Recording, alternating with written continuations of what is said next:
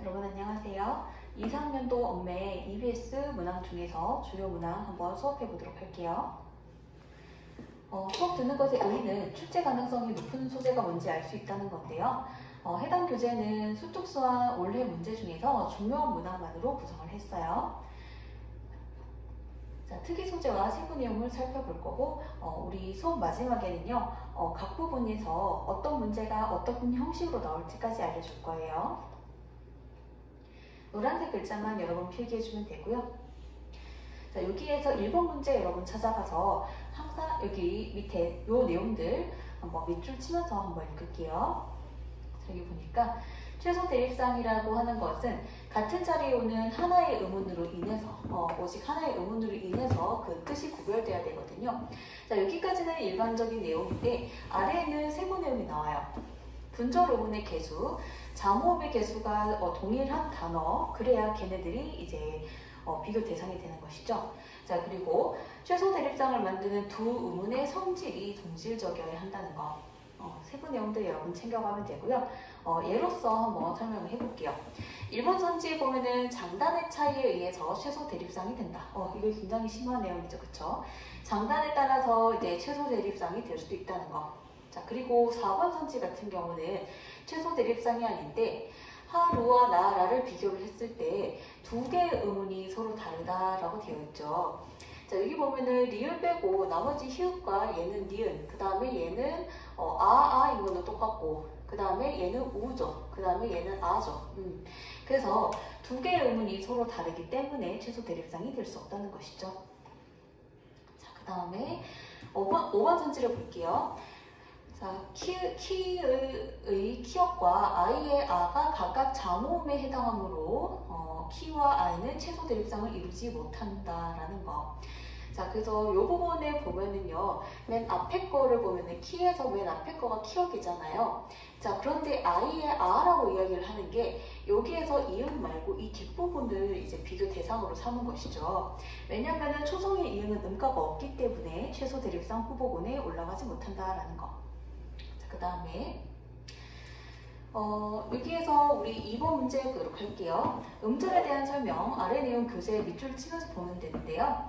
음절이라고 하는 거는 홀로 발음할 수 있는 최소의 단위, 음절 유형은 이렇게 다양하고요. 우리는 음절 단위로 모아쓰기를 하고 있죠. 자, 그리고 이제 표기 형태가 실제 발음상의 음절 유형과 항상 일치하는 것은 아니다라는 거. 그래서 이 내용은 여러분들 여기 교재에 있는 사례로 공부를 한번 해보세요. 아직 문제를 풀지 않은 학생도 있기 때문에 문제를 풀고 여기 이 사례에 해당하는 것들 여러분 한번 고르시면 돼요. 그리고 3번 문제. 3번 문제는 여러분들 이거 한번 필기를 해볼게요. 된소리라고 하는 거. 지금 글자가 겹쳤는데 된소리라고 적으면 돼요. 된소리는 하나의 소리거든요. 뿌 하나의 소리, 끄 하나의 소리인 거예요. 자, 그리고 얘네들은 자음군이 아니죠. 그래서 여기 보면은요, 우리말에 음절 구조 제약이라는 게 있다. 종성에 대해서 어떤 구조 제약이 있냐면은 자음의 개수, 올 수 있는 종성절에 올 수 있는 개수를 제한하는 거. 자음군 단순화가 관련 이제 음운 변동이에요. 그래서 우리 두 개의 자음은 종성에 올지 못하기 때문에 그 종성에 있는 자음의 군을 단순화하는 것이 자음군 단순화죠. 그래서 종성에는 오직 하나의 자음만 발음할 수 있어요. 자, 그 다음에 니은에서 종성에 오는 자음의 가지수 제한하는 것이 있는데요. 가지수 제한은 음절 끝소리 규칙이에요. 자, 그래서 여기에서 형태소 중에서는 겹받침 가지거나 음절 종성에서 발음하지 못하는 자음으로 끝나는 것들이 있어서 그래서 이제 종성에 대한 제약을 지키기 위해서 음운 변동이 일어난다 이렇게 보는 것이죠. 우리 이때까지 음운 변동은 발음을 편리하게 하기 위해서 발생하는 현상이라고 알았는데 제약과 관련해서도 한번 생각해 볼 수 있다는 점에서 좋은 문제라고 할 수 있어요. 자, 그 다음에 4번 문제 볼게요. 자, 4번 문제에서 국어에서 모음만 음절을 이룰 수 있는 능력이 있다. 이때 모음은 여러분 단모음을 뜻해요. 그래서 단모음 아니면은 이중모음. 이중모음 앞에서 이중모음과 단모음은 음절을 이룰 수 있죠. 자, 그래서 여기 이런 이야기들 나오고요. 그리고 여기에 보면은 음절이라고 하는 것에 대해서 이런 의미로 쓰이는 거, 저런 의미로 쓰이는 거 글이 전개가 되고 있어요. 자, 그리고 계속 줄치면서 볼게요. 음절 유형은 이런 유형으로 나뉘고요. 거기에서 반모음이 더 들어간 경우도 있다. 소리 음절에는 세계 언어마다 고유한 제약이 존재해서 영어에서는 트리처럼 초성의 자음이 연달아 올 수도 있어요. 자, 그런데 국어에서는 초성과 종성에 올 수 있는 자음의 개수는 하나죠. 여기 지금 영어에는 초성의 자음이 2개가 왔는데 국어에서는 초성의 자음이 2개가 올 수 없고 하나만 올 수 있다는 것이죠. 자, 그래서 여기 밑에 보면은 4번 선지에 동그라미 선지인데 이름절 스프링은 음절 초에 지금 여러 가지 자음이 연달아 오고 있다. 그쵸? 하지만 국어에서는 초성에는 자음이 하나밖에 올 수 없죠. 자, 그리고 5번 문제를 볼게요. 5번 문제에선 여러분 여기에다가 미리 필기해봤는데요. 음운 변동이 일어나는 거를 음운 배열 제약으로 설명하는 좋은 지문이 되는 거예요. 자, 여기 보면은 음운 중에서 인접할 수 없는 거, 가까이 붙어 있을 수 없는 것들이 있다. 그런 식으로 음운하고 음운 사이에 결합이 제한되는 게 음운 배열 제약이다.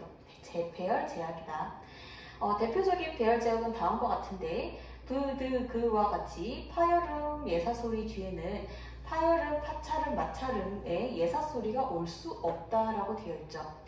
이런 제약을 어기면은 예사소리를 된소리로 바꾼다. 자, 이거 우리 음운 변동으로 치면 어떤 거예요? 그렇죠. 된소리 대기 규칙이죠. 그거 이야기고요. 자, 그래서 부득을 뒤에서 예사소리가 된소리로 되는 된소리 대기 경음화 현상을 배열 제약으로 설명을 하고 있는 거예요. 그리고 요음 뒤에 비음이 올 수 없다. 자, 요음 뒤에 있던 비음은 요음화가 되죠. 그쵸? 그래서 요음 뒤에 비음이 배열이 될 수 없다는 거. 자, 그 다음에 여기 보면은 부드그와 파찰음 예사소리 즈는 츠흐와 인접할 수 없다라는 말이 나오죠. 그래서 인접할 수 없기 때문에 인접하게 되면은 축약돼서 거센 소리가 된다는 거. 축약 현상에 대해서 이야기를 하고 있어요. 자음 축약.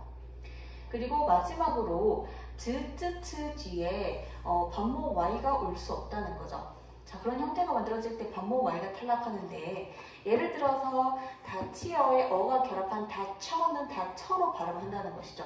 요거는 여러분들 학교 문법에서 배우지 않는 내용이기 때문에 요건 여러분 줄쳐놓으면 돼요. 이번 문제에.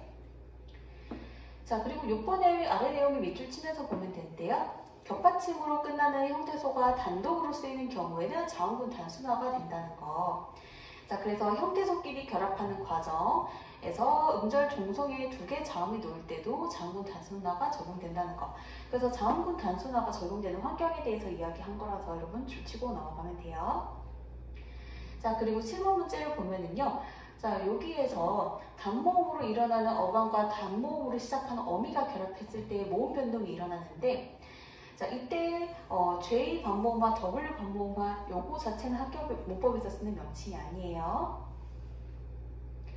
자, 그리고 이러한 음운 변동이 일어나는 것과 관련해서 단모음하고 단모음이 만나면요 모음끼리 충돌을 하게 돼요. 자, 그래서 모음끼리 충돌하면 발음상 발음이 어렵거든요. 단모음을 인접해서 발음하는 것은 발음이 어려워서 그런 거를 피하려고 한다. 그래서 단모음과 단모음이 맞부딪혔을 때 그런 걸 피하기 위해서 어떤 현상이 일어나냐면은 반모음화 여기 요런 두 가지 계열의 반모음화가 일어난다라는 것이죠.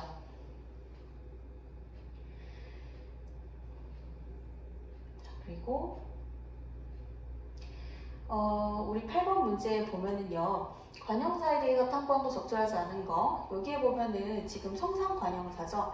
자, 일본의 예은 성질과 상태를 나타내는 관형사인데 여기에서 EBS에서 이제 특이한 표현을 썼어요. 성질이나 상태를 여기 보면은 성상이죠, 그쵸? 그거를 분명하게 하는, 분명하게 하는 이라는 말을 했어요. 성질이나 상태를 나타내주는 이라고 표현해도 되고 분명하게 하는 이라고 표현해줘도 되죠.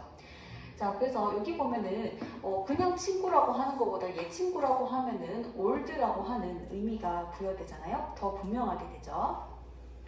그 다음에 우리 나에 볼게요. 나에 보면은 이를 보니라고 했을 때 이가 지시 관형사이거든요. 자, 근데 여기에 보면은 관형사가 여러 개 올 때요. 그 관형사들은 오직 체험만 수식을 해요. 그래서 여러분들 필기를 하자면은 여기에 체험이 오잖아요. 그러면은 관형사가 굉장히 여러 개가 올 수 있어요. 연달아 왔을 때 이 관형사는 바로 뒤에 관형사를 수식하는 것이 아니라 오직 체험만 수식을 해요. 그래서 요거를 여러분이 그려놓으면 되고요. 자, 그 다음에 밑에 수관형사에 대해서 어떻게 표현을 했냐면요. 체온의 수렴을 정하는이라는 표현을 썼어요. 보통 수렴의 의미를 나타내는 이런 식으로 표현을 할 텐데 정하는이라는 말을 썼다는 거. 자, 그 다음에 다해 볼게요. 4번 전지에 보니까 다른 애 보니 관형사의 형태가 영혼의 활용형과 같은 경우도 있구나. 자, 그 다음에 4번 전지는 관형사 여러 개 나열을 할 때 오직 체험만 수식하죠. 이런 식으로 체험만 수식한다. 자, 그 다음에 우리 부사격 조사에 대해서 한번 볼게요. 부사격 조사는 여러 가지 의미에도 영향을 미친다. 문맥에 따라 다양한 의미를 나타내요. 자, 이런 다양한 의미를 나타내는데 예로 보자면은 언덕 위라고 하면은 장소죠. 아침 6시 시간, 천둥소리의 이유 원인, 하루의 기준이 되는 대상 단위라는 의미로 쓰였어요. 자, 그리고 10번 문제를 보면은요, 니은대와 는대가 얘가 종결어미일 때, 연결어미일 때 의미가 달라진다는 점을 여러분이 알아놓아야 해요. 자, 이거는 암기하지 않고 이해하면 되는데 교재에 나온 예문으로 공부하면 되거든요. 연결어미 니은대, 는대는 어떤 일을 설명을 한다든지 아니면은 묻거나 시키거나 제안할 때 쓰는 거. 자, 그 다음에 이다 뒤에는 는대가 결합을 하고 이다 없다 계시다 뒤에는 니은대가 아니라 는대가 결합을 한다는 거죠. 자, 그런데 는대와 니은대와 는대가 종결어미로 쓰이면은 연결어미로 쓰일 때랑은 또 달라진다, 의미가. 그래서 주의해야 된다는 거예요. 그래서 니은대와 는대는 얘네들이 종결어미로 쓰일 때와 연결어미로 쓰일 때 의미가 달라지니까 그걸 주의해야 된다, 그런 글이 되는 거예요. 그래서 외울 수는 없으니 여러분들이 문제를 풀 때 적용을 잘 하면 되고 나온다면 지문형으로 나올 거라서 걱정하진 않아도 돼요. 자, 그리고 11번에 보면은요, 아래 내용을 교재 밑줄을 먼저 치고 한번 볼게요. 지라고 하는 거는 연결을 하는 구실을 하는 은지의 일부이므로 붙어 쓴다라는 거죠. 자, 어미의 은지의 일부이기 때문에 이때 지 앞에 니은과 지 사이에는 띄었을 수 없다는 거예요. 얘가 니은, 은지 자체가 하나의 어미인 것이죠. 자, 그 다음에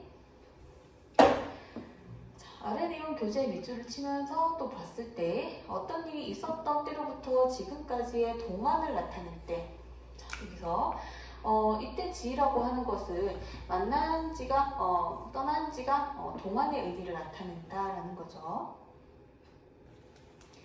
자, 12번에 볼게요. 자, 12번에 기억에 들어갈 내용 적절하지 않은 거 아래 내용 교재 밑줄 치면서 보면 되고요. 동사와 형용사는 활용할 때 결합하는 어미가 달라지는 경우가 있다. 자, 이런 거 동사가 이런 애랑 결합하는 것과 달리 형용사는 이런 애랑 결합한다. 동사와 달리 형용사는 보통 명령형이나 총류형 어미, 의도를 나타내는 연결어미랑 결합하지 않는다. 동사와 달리 형용사는. 그래서 동사 형용사 기준에 대해서 이제 나누는 기준에 대해서 설명한 글이 되겠죠. 자, 그래서 이제 시끄러우려라고 했을 때 이거는 형용사죠, 그렇죠? 활용이 이 시끄러우려와 같은 활용이 불가능하기 때문에 자, 그래서 연결어미 려와 결합하지 않는다, 그렇죠?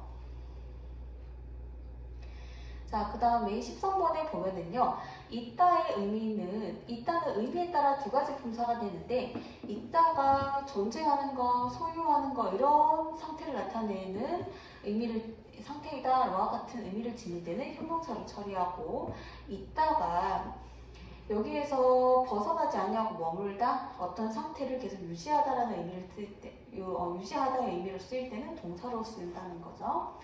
자, 그래서 있다라고 하는 것이 의미에 따라 여기 형용사가 될 때도 있고 동사가 될 때도 있다는 거 여러분이 알면 되겠죠? 자, 그래서 품사 통용과 관련해서 여러분들이 사전에 나올 때 어떤 디자인인지까지 알아둬야 돼요. 자, 보면은 사전에 있다라는 단어를 검색하면은요, 있다 1번 관련해서 동사가 뜨고 형용사가 떠요. 그리고 동사 밑에는 1, 2번 뜨고 형용사 밑에 여러 가지 뜻이 뜨는데, 여러분이 알아둬야 될 점은 하나의 단어가 품사 통용이 되는 단어일 때 이런 식으로 바로 밑에 어떤 A라는 품사 그리고 B라는 품사 이렇게 밑에 연달아 나온다는 거를 조심해 줘야 돼요. 이 디자인을 여러분 잘 기억해 주세요. 필기를 해주고요. 그 다음에 일반적으로 있다의 반의어는 없다라고 할 수 있지만 엄밀히 말해서 형용사로 쓰일 때 있다가 없다의 반의어가 되는 것이고, 동사 있다의 반의어는 없다가 아닌 것이죠. 그래서 있다의 반의어는 뭘까요? 라고 물어보면은 해당 문장에서 있다가 동사로 쓰이는지 형용사로 쓰이는지부터 여러분이 먼저 생각을 해줘야 된다는 거예요. 자, 그 다음에 15번에 보면은요, 이게 내가 굉장히 강추하는 문제예요. 내가 출제자라면은 이 문제를 내겠어요. 자, 어떤 단어와 어떤 단어가 있어요. 겉으로 봤을 때 형태가 같아요. 그런데 맥락을 따져보면 이 단어들이 문장에서 쓰이는 거를 보면은 품사가 다른 거예요. 자, 그런 관계예요. 다시 한번. 겉으로 봤을 때 비주얼상으로 같아 보이고, 얘네들이 문장에서 쓰일 때 문장에서 어떤 것으로 쓰이느냐에 따라 지금 품사가 다른 상태인데, 자, 그래서 얘네들이 의미적인 유사성이 있으면 품사 통용, 그리고 얘네들이 의미적인 유사성이 없으면 동음이의어예요. 자, 그래서 요거 보면은 보기에 품사 통용이랑 동음이의어 구분하는 기준, 즉 의미적 유사성이 있다 없다 그런 것들이 비교 기준이 제시가 만약에 안 되더라도 여러분이 풀 수 있게 있어야 되는 거예요. 자, 그 다음에 15번에 볼게요. 자, 15번에 보면은 그는 공을 차고 있다. 동사, 매우 차다. 형용사, 5개, 수관형사, 5을 더하면 수사. 자, 주는 만큼 받는다. 요거 의존명사, 주는의 수식을 받는다. 그쵸? 그리고 무명만큼 앞말에 붙여 쓴다는 점에서 조사고요. 정말이야 라고 하고, 얘는 명사죠. 정말 있는지 알 수 없다. 뒷말을 수식한다는 점에서 부사가 되겠어요. 자, 그 다음에 동생보다 발이 크다. 상태죠. 나무가 크지 못한다. 나무가 큰다라고 하는 것이 큰다, 크지 못한다. 동작성을 나타내죠. 이게 동사로 쓰일 때는 여러분들 어제는 크기가 이만했는데 오늘은 크기가 저만해지면은 얘가 여기에서 여기까지 자라는데 움직임이 있었을 거 아니에요. 그쵸?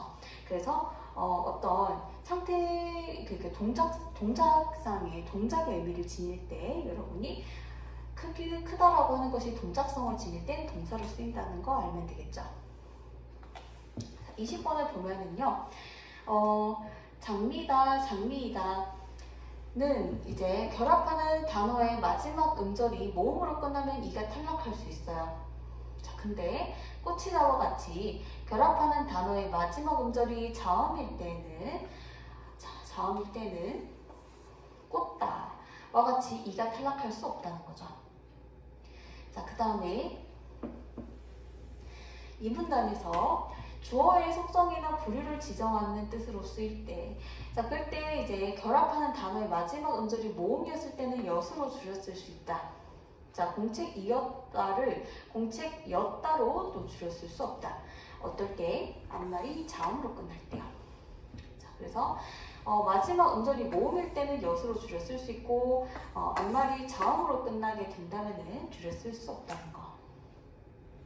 자, 그리고 3문단에 아니다는 이다와 다르게 체험과 결합하지 않고도 홀로 쓰일 수 있어 조사를 보기 어렵고, 이런 식으로 활용할 수 있어서 용언으로도 볼 수 있다.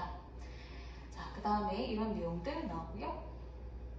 4문단에 형용사 어간 아니에 어시 다가 결합하면 아니었다가 된다. 그런데 우리가 아니었다로 잘못 쓸 때가 많다는 거죠. 자, 그래서 아니었다는 잘못된 표현.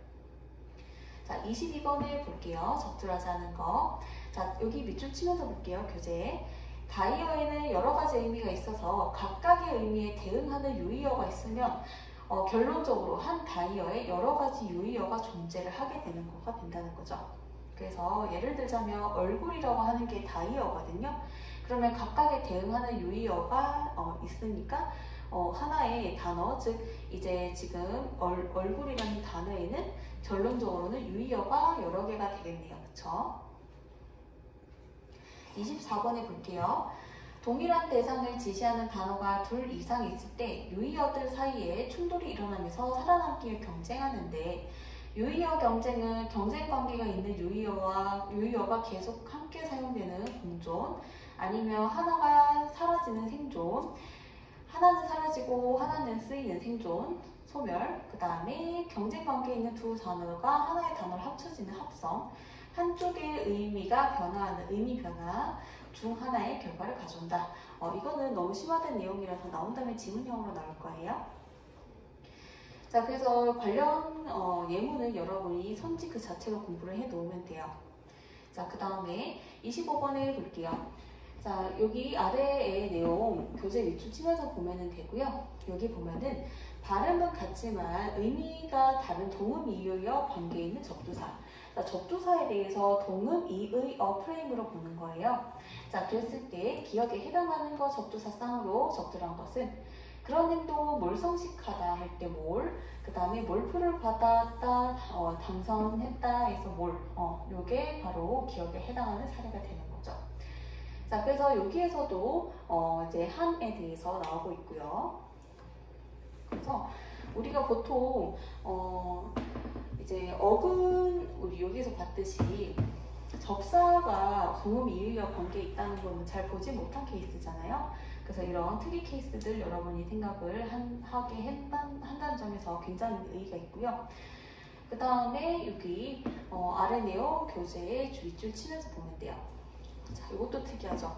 접사에서 다이어처럼 하나의 접사가 여러 의미를 가질 수 있다는 거죠. 자, 그래서 여기 보면은 그것을 지니고 있음의 뜻을 더하고 명사와 결합해서 형용사를 만드는 전미사인데, 야단 맞다에 또 맞다는 어떤 좋지 않은 일을 당하다라는 뜻을 가진 동사이다.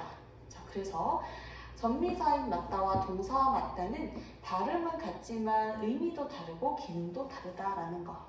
그 다음에 27번에 여기 줄 치면서 볼게요.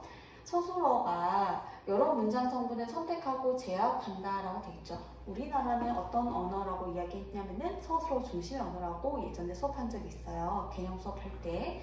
자, 그래서 우리는 서술어 중심의 언어고요. 서술어가 많은 문장 성분에 대해서 관여를 하는데, 여기에서 이제 관련 개념은 서술어의 자릿수라는 개념인 거 알 수 있겠죠. 자, 그 다음에 30번 문제 보면은요. 종결어미는 문장의 종결 표현을 결정짓기도 하고 상대 높임도 결정짓는다는 점 여러분 알아놓으면 되고요. 자, 그 다음에 31번에 저번에 중세국어에서 의문문 계열 판단하는 거 이야기했었어요. 판정 의문문은 세로로 줄 그어보면 된다라고 이야기했죠. 여, 가, 아 이런 식으로 세로로 줄을 그어보니까 그렇네요. 판정 의문문이에요. 물론 의문사가 쓰였는지 여부도 여러분이 봐야겠지만은, 그 다음에 설명 의문문은 가로로 이제 줄 그으면 된다라고 이야기했었고, 요 이런 식으로 가로로 줄을 그어보니까 정말 그러하네요. 자, 그래서 이거 한 번 더 확인을 했고요. 자, 그 다음에 우리 32번에 보면은요, 밑줄 치면서 보면 되는데, 다이어의 경우 같은 형태의 서술어라도 의미에 따라 서술어의 자릿수가 달라진다는 거. 이것도 굉장히 좋은 내용이죠. 아주 심화된 내용이에요. 자, 그래서 나는 친구에게 책을 빌렸다. 이때 빌리다라고 하는 거는 세 가지가 필요하다. 그쵸? 주어, 부서, 그다음 목적어. 자, 그 다음에 밑에 빌리다는 두 자리 서술어예요. 여기 보면은 주어, 그 다음에 목적어 두 개가 필요하다. 자, 그래서 다이어도 같은 형태의 서술어라도 의미에 따라서 자릿수 달라지는 거 확인을 한번 해봤어요. 자, 35번에 보면은요, 두 절이 대등하게 이어진 문장에서 선행절과 후행절은 의미상 대등하게 독립적인데, 선행절이 후행절의 특정 문장 성분으로 기능하지 않고 구조적으로 대등하게 독립되어 있다라는 이야기를 하면서 밑에 보니까요. 선행절과 후행절은 대체로 주어나 부서 등의 문장 성분, 시제 높임 등 선어말 어미를 공유하기도 한다. 예를 들면 여기 비가 온다라는 거 하나의 문장이고 바람이 분다라는 게 하나의 문장이다. 그쵸? 자, 그렇게 쓸 때 지금 현재 비가 오고 있고요. 지금 현재 바람이 불고 있거든요. 자, 그래서 부서 지금이라는 거 얘네들이 뒤에 말과 모두 걸려있다, 연결이 돼 있다라는 거죠. 자, 그 다음에 우리 37번에 아래 내용 교재 밑줄 치면서 보는데요. 자, 동작상이 쓰인 문장 중에서 문맥에 따라서 진행상과 완료상 두 가지 의미로 해석되는 경우가 있어요. 자, 이게 올해 9월 모의고사에 연계돼서 나왔던 내용이에요. 자, 진행상과 완료상 둘 다로 될 수 있다는 거 연계됐다. 아저씨는 넥타이를 메고 있었다라는 것은 문맥에 따라서 여기에서 넥타이 지금 현재 이렇게 메고 있는 거 진행 상태일 수 있고요. 아니면은 맺는 상태 그 자체. 넥타이를 다 이제 매있고 넥타이 맺는 걸 유지하고 있는 상태 그 자체를 나타낼 수도 있어요. 그래서 동작을 진행한다라고도 볼 수 있고 그 동작 자체는 완료됐고 그 상태가 지속되는 걸 나타낼 수도 있다는 거죠. 자, 38번에 보면은요. 우리말에서 화자가 청자의 입장을 고려해서 높임 표현 쓰는 경우가 있다는 거. 자, 그래서 사실 화자는 높이지 않아도 되는 대상인데 그 사람이 청자를 위해서 높여줄 때가 있다는 거죠.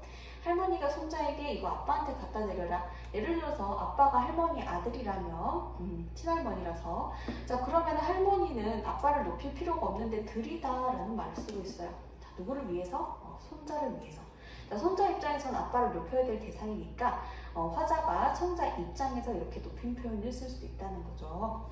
자, 그래서 이제 요거 보면은 높이지 않아도 되는 대상인 아빠를 청자, 손자, 여기 할머니 입장에서 손자, 그리고 손자와 그다음 아빠의 관계를 고려해서 높였다라고 생각을 해주면 되겠죠. 자, 39번에 보면은요, 밑줄 치면서 보면 되는데, 피동문의 능동사 어근에 피동접사 이히리기가 붙어 만들어진 피동사가 쓰이는데, 전미사에 의한 피동사가 존재하지 않는 능동사도 있고 전미사에 의한 피동사가 존재하지만 특정 문맥에서는 피동사가 쓰일 수 없는 능동사도 있다. 자, 여기다 줄치면 되고 자, 요것들 뭐 지문용어 나오겠지만 여러분들 자, 이거 보면요. 여기에서 배우다라는 말을 보면은 배우이다, 배우히다, 배우리다, 배우기다 이히리기가 붙었을 때 말이 안 되죠. 그쵸? 피동사가 존재하지 않고 그 다음에 듣다라고 하는 거는 피동전미사 리가 결합을 해서 들리다 그 언니는 선생님에게 칭찬을 들리다라고 하면 안 되죠.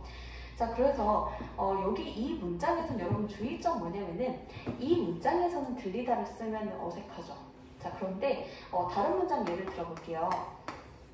어디선가 소리가 들리다 어디선가 피아노 소리가 들린다. 이때는 들리다가 써도 되잖아요. 그쵸? 자, 그래서 맥락에 따라서 여러분 다른 거예요. 자, 그 다음에 우리 41번에 보면은요. 자, 이거 뜨고 되고 그 다음에 여러분 줄 치면 되고요. 45번에 볼게요. 45번에 보면은 이게 직접의 간접 인용이 될 때 어떤 게 달라지는지가 이 세 가지예요. 좀 치면 되고요. 예를 들면 어제 승찬이는 나에게 내일 나는 영화관에 안 갈 것 같다라고 이야기했어요. 나에게 오늘 그 다음에 자기는 이렇게 그래서 어떻게 직접 인용이 간접 인용을 바뀔 때 뭐가 달라지는지 여러분이 생각을 해주면 되고요. 자, 그 다음에 46번에 담화 응집성 이야기가 나오는데 여러 가지 형식적 장치를 통해서 유기적으로 연결되는 게 응집성이에요. 자, 그래서 응집성 높이려면은 의미적 등가 표현을 사용하는 거, 같은 표현을 사용하는 거, 등가 표현 사용하는 거를 하면 된다라는 거. 그 다음에 47번에 밑줄 치면 되는데요. 지시 표현들은 이런 것들 가리키는 거예요. 자, 발화 현장에서 그 대상을 찾을 수 있는 경우, 아니면 발화 현장에서 그 대상 찾을 수 없지만 화자와 청자가 공유하는 경험이나 지식을 바탕으로 추론을 통해서 그 대상을 알 수 있는 경우. 자, 이럴 때는요, 이럴 때 자, 지시어를 우리가 쓰기도 한다는 거죠. 이거죠. 자, 그 다음에 50번 문제 볼게요. 기억에서의 모음조화와 니은에서 모음조화 모두 확인할 수 있는 거. 자, 여기에서 여기 여러분 줄치면 돼요. 중세국어에서는 체계적으로 잘 이루어졌잖아요. 자, 그런데 모음조화는 하나의 형태소 내부에서도 아니면은 체험과 조사 결합할 때 아니면은 어간어미 결합할 때 모음조화를 지켰다는 거 세부적인 양상 여러분 줄쳐 놓으면 되고요. 자, 그 다음에 51번에 볼게요. 자, 51번에 보면은 기억과 니은에 대한 거 적절한 것은 이때도 모음조화 전미사나 어미가 결합할 때 어근이나 용언의 어간의 마지막 음절에 따라 모음조화가 지켰다는 거. 자, 그 다음에 53번에 여러분들 요거를 필기를 해주세요. 단독의 보조사 옷이 있고 곳이 있고 만이 있거든요. 자, 그랬을 때 받침 뒤에는 곳이 오고요. 모음이랑 리을 받침 뒤에는 옷 형태로 와요. 기억이 약화돼서. 자, 그래서 여기 보면은 말. 자, 그럼 여기에는 지금 리을 받침이니까 곳이 아니라 옷이 온 것이죠. 자, 그 다음에 56번에 중세국어 사동사에 여러 가지가 있다는 거 여러분 줄치면 되고요. 사동사 만들어주는 전미사 줄쳐주세요. 자, 그리고 형용사 어근의 전미사가 붙어 이루어지게 됐다. 됐고 61번에도 줄치면요. 여기에서 무의 변화는 비읍 불규칙 용어가 관련돼 있다. 무가 소멸하면서 여기에 보면은 부를 가지고 있던 애가 형태 변화가 있더라라고 되겠죠. 여기 보면은 춥다인데 춥다에다가 추워가 되잖아요. 그쵸? 비읍 불규칙 활용. 그 다음에 반치음도 마찬가지로 반치음은 시옷 불규칙, 현대 국어에서는 시옷 불규칙 용어과 관련이 된 거예요. 자, 이게 반치음 소멸하면서 짓다가 지어, 예를 들어서 집을 지어 할 때는 여기 시옷이 탈락된다. 그쵸? 자, 그 다음에 우리 중세국어 요거 관련해서 한번 이야기를 해볼 건데 여기에 밑줄을 한번 쳐볼게요. 자, 현대국어에서는 여러분들 즈츠츠가 경구계음이죠. 근데 중세국어에서는 즈츠츠가 경구계음이 아니라 어떤 의미였어요? 치음이었다는 거. 그러니까 치음으로 중세국어 사람들은, 조선시대 사람들은 즈츠츠를 치음으로 발음을 했었어요. 현대인들은 우리는 경구계음으로 발음을 하고 있죠. 자, 요거 여러분 줄치면 되고요. 그 다음에 5번 선지에다가 요걸 줄쳐볼게요. 근대국어 시기에는 드트가 이나 반모음 이와 만나지 않았기 때문이다. 자, 5번 선지 일단 줄을 치고 한번 설명을 해볼게요. 자, 이거는 필기가 조금 많아서 여러분들 필기를 잘 따라와 주세요. 자, 일단 우리 중세국어와 근대국어 하기 전에 현대국어 한번 얘기를 해볼게요. 현대국어. 우리 개념 수업 때도 이야기했었는데요. 현대국어에서 국외음화가 왜 일어나니? 라고 했을 때 이게 윗니며 윗니 뒤에서 나는 소리가 드트예요. 그리고 이가 있고 즈츠가 있잖아요.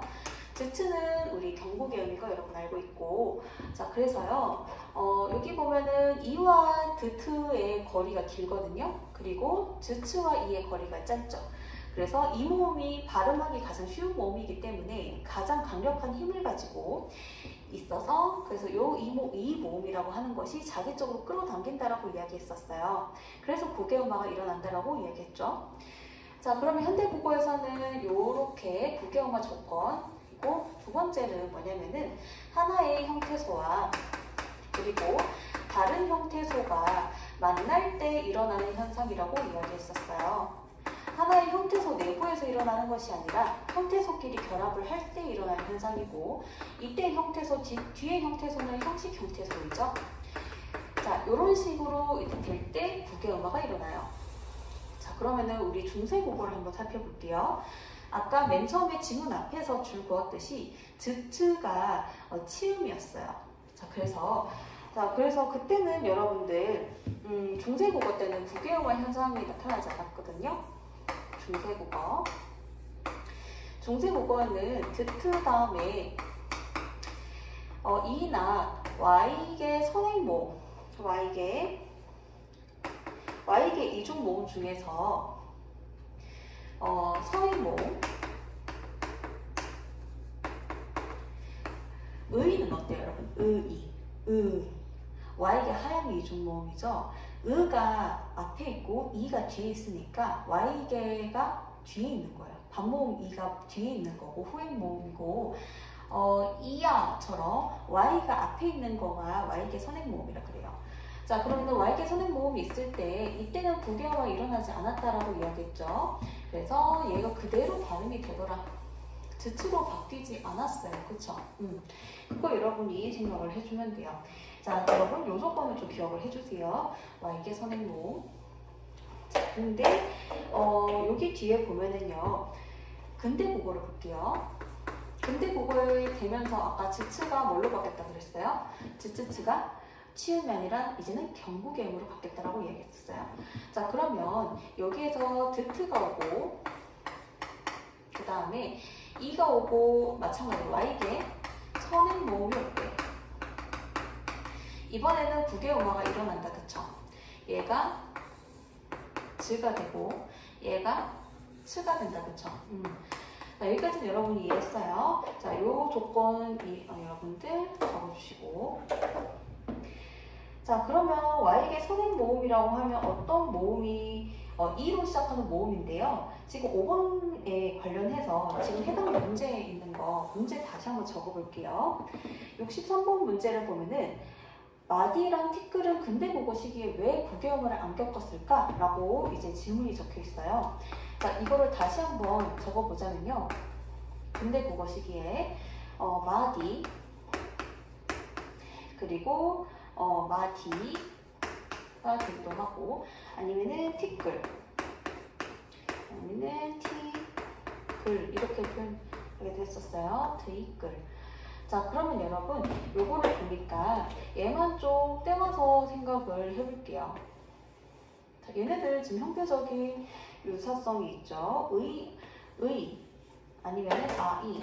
자, 다시 한번 이거 그 다음에 요런 형태다. 그쵸? 자, 그러면은 얘네들에 대해서 얘들은 왜 부계어말을 이 당시에 안 겪었을까? 근데 그거 시기에는 부계어가 일어났다라고 했는데 왜 얘들은 안 겪었지? 라고 했을 때 요 Y계 선행모음이라는 조건이 만족하지 않은 거예요. 여기 보면은 이라서 이중모음은 맞는데 지금 Y가 뒤에 오죠. 그래서 얘들은 요 말들은 Y계 선행모음이 아니라 Y계 후행모음이잖아요. Y계 후행이고 Y가 뒤에 오는 이중모음이죠. 자, 그렇기 때문에 Y계 선행모음이라는 조건이 충족되지 않아서 얘들은 근대국어 시기에 부계음을 겪지 않았다라고 여러분이 생각을 해주면 되고요. 자, 그러면 여기까지 여러분 적었는 것 같으니까 좀 지울게요. 자, 지우고 나서 그러면 왜 하필이면은 Y계 선행모음이어야만 할까? Y계 후행모음인데 왜 안 일어날까라고 생각을 해보자면 자, 이거는 단지 내 생각이에요. 그냥 듣고 잊어버려도 상관없어요. 그냥 한문적으로 했을 때는 Y계 선행이어야만 해 라는 거고 이것에 대해서 내가 생각을 해봤어요. 왜 하필 선행모음이어야만 할까? 라고 했을 때 자, 이건 내 생각이에요. 이모음이나 이나 Y의 영향을 받아야 되잖아요. 부계어가 일어나려면. 즉, 이가 영향을 끼쳐야 되고 Y가 영향을 끼쳐야 되는데 우리 아까 Y의 후행모음을 한번 살펴보자면은 자, 이 뒤에 이가 있긴 하죠. 이 뒤에 이가 있긴 한데 얘 앞을 다른 아이가 막고 있죠. 아래아랑 의가 가로막고 있죠. 여러분 거기 화면에 안 보이네요. 다시 한번 적어볼게요. 자, 이렇게 있을 때요. 자, 이렇게 있으면은 얘가 Y계 Y는 맞아요. 반모음 Y는 맞는데 앞에 다른 애가 딱 막고 있잖아요. 부계음화가 되려면 E나 Y가 힘을 써야 되는데 자기 쪽을 당기기 위해서 여기를 보면은 반모음 Y는 그대로 있는데 앞에 다른 애가 막고 있는 거예요. 막고 있어서 그래서 부계음화가 발생하지 않는다. 이렇게 하면은 여러분이 좀 직관적으로 납득이 될까요? 눈으로 이제 봤을 때. 그쵸? 그냥 내 생각이에요. 자, 그러니까 여기까지 하면은 이제 부계음화 여기가 조금 어렵고 자, 그 다음에 65번 질문 한번 보도록 할게요. 자, 65번 질문은요. 여기에서 아래 내용의 교재 밑줄 치면서 보면 돼요. 여기 보면 음절이 지금 축약이 된다. 그쵸? 피어가 표가 되는 거. 자, 그런데 제2계 반모음화, Y계 반모음화 이 말 자체가 학교문법 아니니까 몰라도 되고요. 어쨌든 음절이 축약이 될 때 보상적 장모음화가 발생한다는 거예요. 얘가 음절이 둘 중에서 하나로, 두 개에서 하나로 줄어드는 대신에 보상으로 장음화가 될 수 있도록 길게 발음할 수 있도록 해준다는 거, 이게 바로 보상적 장모음화예요. 자, 그 다음에 각 부분이 수능에 나올 때 양상을 예측을 해보자면요. 자, 1번 문제에서 최소 대립상 1, 2, 3번 선지 그 자체를 여러분 잘 공부해 놓으면 되고요. 3번 문제 같은 경우는 음절 구조 제약, 비교적 심화 내용이고 사설 모의고사에 한 번씩 등장하고 수능에 나온다면 지문형 문제로 나올 거예요. 그리고 음운 배열 제약도 한 번씩 사설에 등장하고 수능에 나온다면 지문형 문제로 나온다. 그래서 음절 구조 제약하고 음운 배열 제약, 얘네들은 지문형으로 나올 거고, 자, 그 다음에 10번 문제 보면은 니은대랑 는대 익숙을 해줘야 된다는 거죠. 그 다음 13번 문제에서는 이따가 동사로 쓰일 때나 형용사로 쓰일 때 예전에 기출된 적이 있었어요. 그리고 이따의 반의어에 대해서 이따의 품사부터 먼저 따지고 반의어를 설정하면 되고요. 자, 그리고 15번을 보면은 품사통용이랑 동음이에요. 내가 출제자라면은 이거를 낼 거예요. 자, 이게 지문이 만약에 제시되지 않았을 때 답이 안 나올 수가 있어요. 그래서 이거는 품사 통용이 사례인지 동음 이의어가 관계인지 여러분이 따지려면은 해당 지문 내용을 머릿속에 놔야 돼요. 아까 의미적 유사성이 있으면 뭐가 되고 의미적 유사성이 없으면 뭐가 되는지라고 얘기했었어요. 기준이 뭐다? 의미적인 유사성 여부. 그 다음에 22번에 다이어랑 유의어, 비교적 심화 내용이고요. 지문형으로 나올 거예요. 나온다면은. 자, 그 다음에 다이어의 서술어 자릿수. 이게 되게 아이디어가 좋거든요. 자, 그래서 출제자라면 이걸 낼 거예요. 나라면.